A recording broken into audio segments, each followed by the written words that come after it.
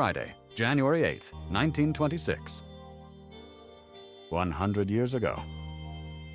Thieves kidnap 2, steal $20,000 gems. 4. Take jeweler and aide on wild ride in Bronx, throw them out, and escape. 100 see holdup. Victim beaten as he attempts a ruse. 6 robbers tie up trio, get $15,000 silks. John Cohen, a wholesale jeweler, and 2 of his employees were kidnapped last night by 4 men who snatched diamonds valued at $20,000 from his store at 580 East 184th Street, the Bronx. The jeweler was beaten when he attempted to escape and later was thrown from the automobile in which the kidnappers forced him and his companions to ride. The holdup was witnessed by hundreds of persons. Masked men, armed with revolvers, entered the store and tied the jeweler and his employees, then escaped with gems and silk. Cohen said the men wore caps and dark coats and acted with military precision. After seizing the jewels, they forced Cohen and 2 employees into an automobile and drove away at high speed. During the ride, Cohen attempted to jump from the car and was beaten. The kidnappers finally threw the victims from the automobile and escaped. Grand Concourse, and in attempting to pass around a car ahead, drove Cohen into a trolley pole.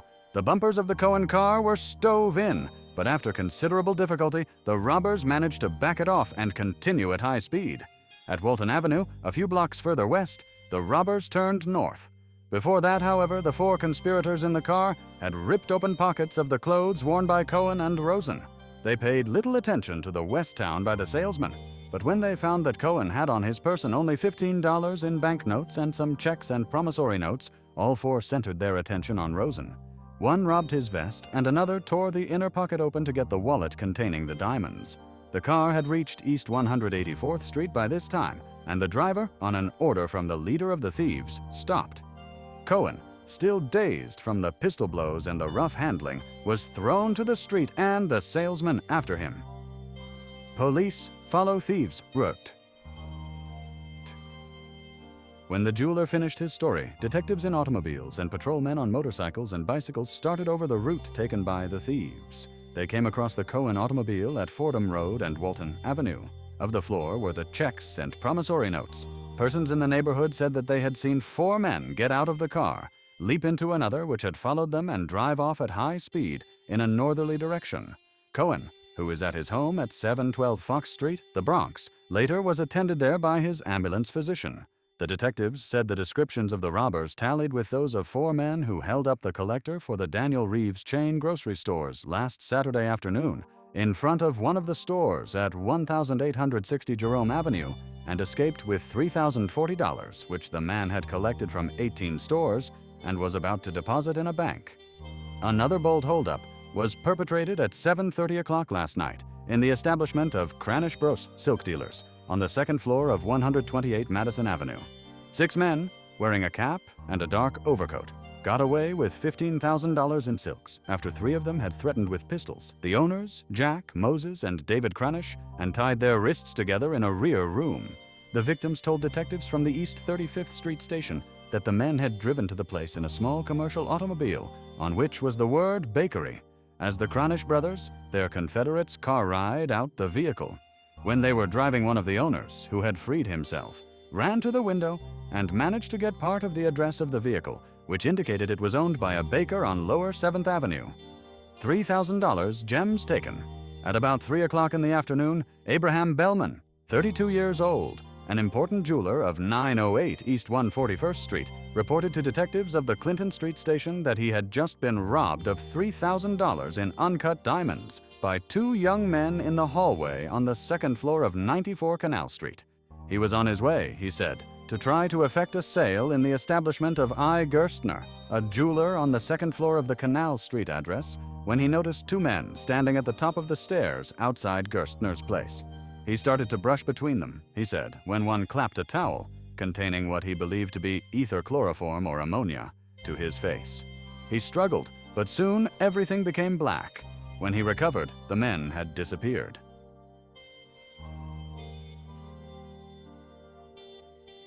Counterfeit plot forces Archduke out as pretender. Albert resigns. Presidency of Hungarian fascist. When vice president is arrested, scandal still spreading. Cabinet considers arrest of Rico, Horthy's secretary, and 2 fascist deputies. plotters lose estates, Paris has story that Albert may deal with ex-Kaiser for Bavarian crown prince. Paris, January 7th. A counterfeit plot, it was learned today, has forced Archduke Albert to resign as president of the Hungarian fascist organization. The resignation followed the arrest of Prince Windisch Graetz and Dr. Nagasi. The government, it is learned, has seized the property of Prince Windisch Graetz and Dr. Nagasi. The Windisch Graetz scandal has seriously weakened the famous rebel Rákóczi, leader of the 17th century Hungarian revolt against the Habsburgs, who ascribed his failure to betray by his General Rákóczi.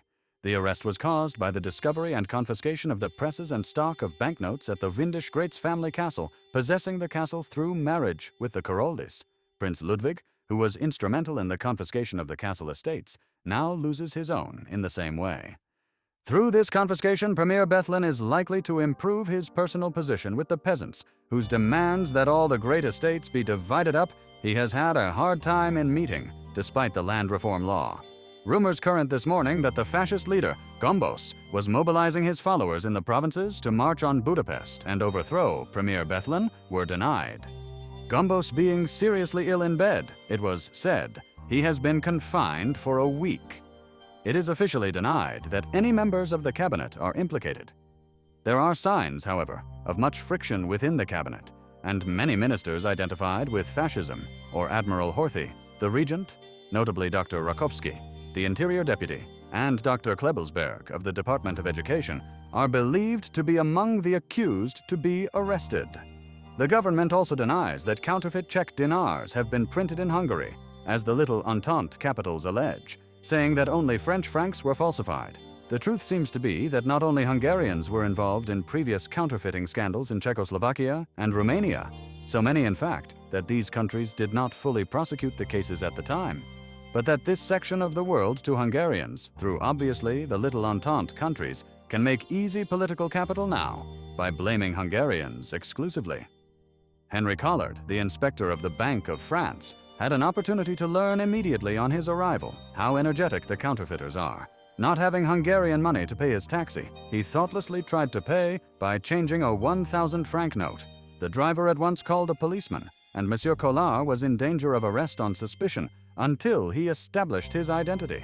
The exclusive aristocratic club of Budapest, the National Casino, to which Prince Windisch Graetz belongs, and the Landes Casino, of which Nagasi is director, are among the quarters the arrest of these men put under investigation.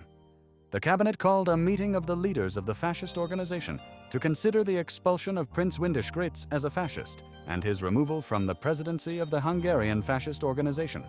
It was learned today that shortly after the counterfeiting was discovered in Amsterdam, the French government was obliged to send a firm note to Hungary demanding facilities for French police and Bank of France agents to pursue their inquiries in Hungary.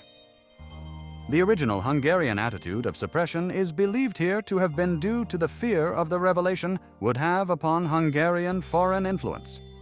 Most of the men are of the government organization itself.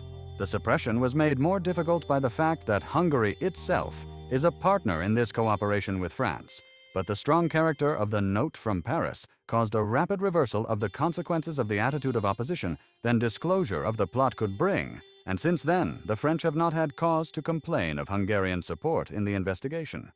However, an announcement by the Hungarian regent Admiral Horthy that he intended to deal with the culprits without pity has been received with satisfaction in official circles in Paris, where it is explained that this decision is already overdue, since his chief advisor, Monsieur de Nagasi, is now under arrest. Smokers of France to unite against rise in tobacco price. Paris, January 7th, as nearly everyone else has registered a protest against the financial schemes proposed for France. The smokers of the country have now decided to hold a huge mass meeting to make known their particular form of complaint. The National League for the Defense of Smokers, a rather formidable body with many branches composed of those who take their smoking seriously, is planning to gather together thousands of followers next Sunday night in Paris, on the eve of the resumption of the Chamber of Deputies after its Christmas holidays. Formal protests will be made against any increase in the price of tobacco. The promoters say that they will have a big crowd, since it is one of the few questions upon which men of all shades of belief, political or otherwise, can unite just now. The New York Times, Friday, January 8, 1926.